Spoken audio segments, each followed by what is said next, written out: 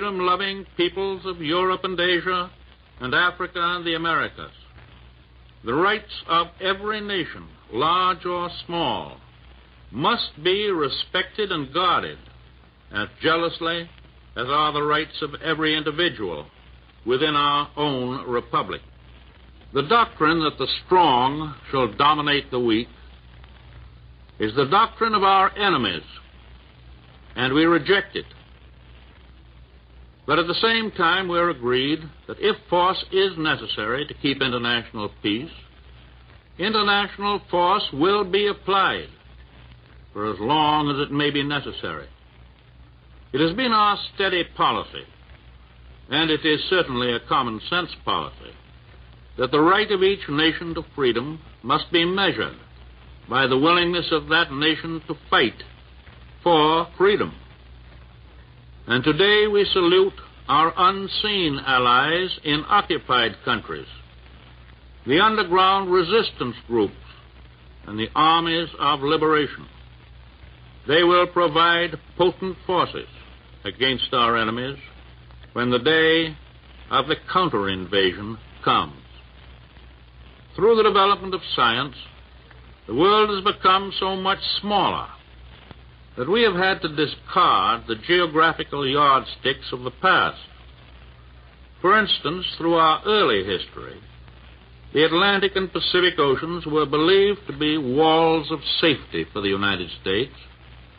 Time and distance made it physically possible, for example, for us and for the other American republics to obtain and maintain independence against infinitely stronger powers.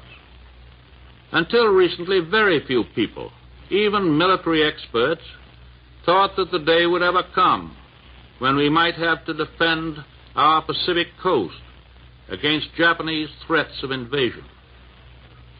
At the outbreak of the First World War, relatively few people thought that our ships and shipping would be menaced by German submarines on the high seas, or that the German militarists would ever attempt to dominate any nation outside of Central Europe. After the armistice in 1918, we thought and hoped that the militaristic philosophy of Germany had been crushed, and being full of the milk of human kindness, we spent the next 20 years disarming, while the Germans whined so pathetically that the other nations permitted them and even helped them to rearm. For too many years, we lived on pious hopes that aggressor and warlike nations would learn and understand and carry out the doctrine of purely voluntary peace.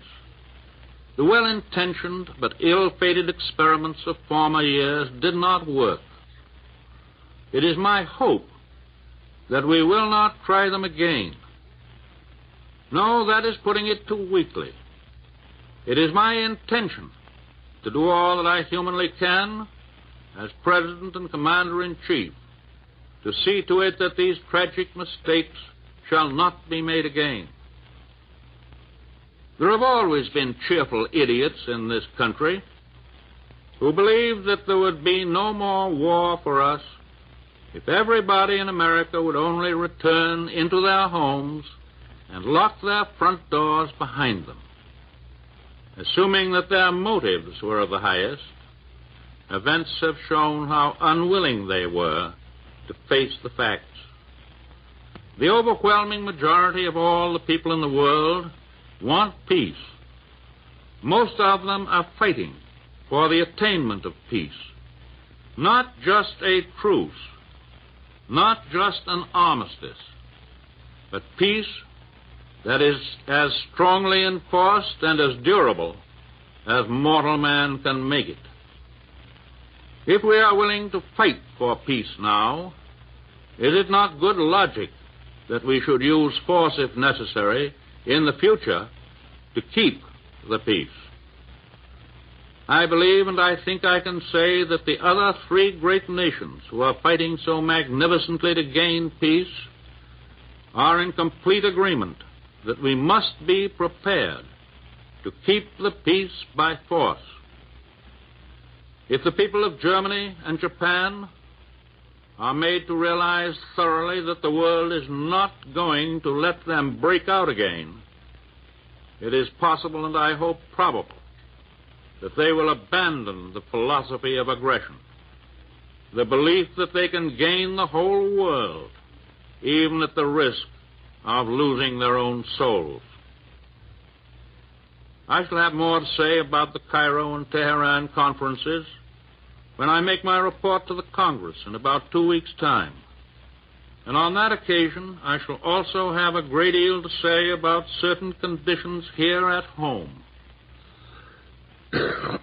But today, I wish to say that in all my travels, at home and abroad, it is the sight of our soldiers and sailors and their magnificent achievements which have given me the greatest inspiration and the greatest encouragement for the future. To the members of our armed forces, to their wives, mothers, and fathers, I want to affirm the great faith and confidence that we have in General Marshall and Admiral King, who direct all of our armed might throughout the world. Upon them falls the responsibility of planning the strategy, of determining where and when we shall fight. Both of these men have already gained high places in American history, places which will record in that history many evidences of their military genius that cannot be published today. Some of our men overseas are now spending their third Christmas far from home. To them and to all others overseas, or soon to go overseas, I can give assurance that it is the purpose of their government to win this war and to bring them home at the earliest possible time. And we here in the United States had better be sure that when our soldiers and sailors do come home, they will find an America in which they are given full opportunities for education and rehabilitation and social security and employment and business enterprise under the free American system, and that they will find a government which, by their votes as American citizens, they have had a full share in electing. The American people have had every reason to know that this is a tough and destructive war. On my trip abroad, I talked with many military men who had faced our enemies in the field. These hard-headed realists testify to the strength and skill and resourcefulness of the enemy generals and men whom we must beat before final victory is won. The war is now reaching the stage where we shall all have to look forward to large casualty lists, dead, wounded, and missing. War entails just that. There is no easy road to victory, and the end is not yet in sight. I have been back only for a week. It is fair that I should tell you my impression. I think I see a tendency in some of our people here to assume a quick ending of the war. The war and the result means false reasoning. I think I discern an effort to resume or even encourage an outbreak of partisan thinking and talking. I hope I am wrong, for surely our first and most foremost tasks are all concerned with winning the war and winning a just peace that will last for generations.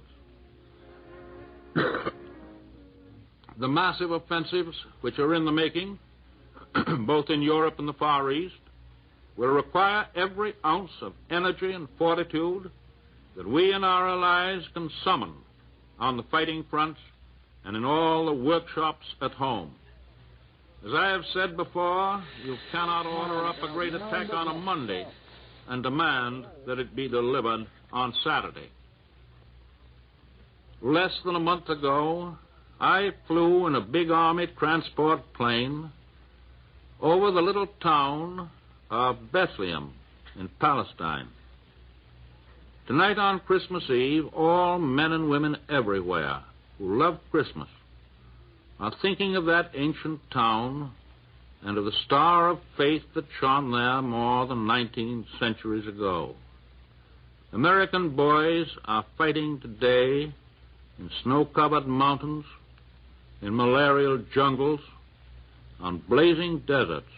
They are fighting on the far stretches of the sea and above the clouds, fighting the thing for which they struggle. I think is best symbolized by the message that came out of Bethlehem. On behalf of the American people, your own people, I send this Christmas message to you who are in our armed forces. In our hearts are prayers for you and for all your comrades in arms who fight to rid the world of evil. We ask God's blessing upon you, upon your fathers and mothers and wives and children, all your loved ones at home. We ask that the comfort of God's grace shall be granted to those who are sick and wounded, and to those who are prisoners of war in the hands of the enemy, waiting for the day when they will again be free. And we ask that God receive and cherish those who have given their lives, and that he keep them in honor and in the grateful memory of their countrymen forever. God bless all of you who fight our battles on this Christmas Eve. God bless us all. Keep us strong in our faith that we fight for a better day for humankind, here and everywhere. You have just heard the voice of the President of the United States. Ladies and gentlemen, our national anthem.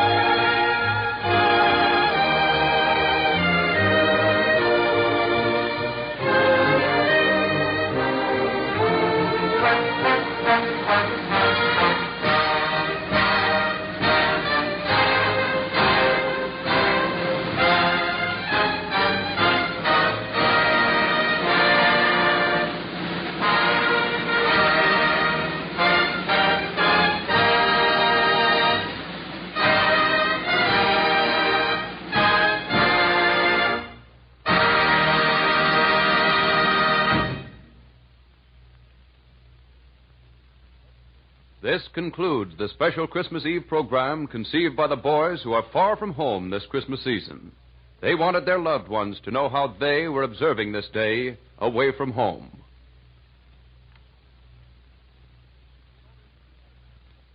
In order that we might bring you the special program just concluded, the following programs, usually heard over many of these stations, were canceled tonight. Amos and Andy, Bill Stern's Sports Newsreel, Fred Waring in Pleasure Time, and Fleetwood Lawton. This is the National Broadcasting Company.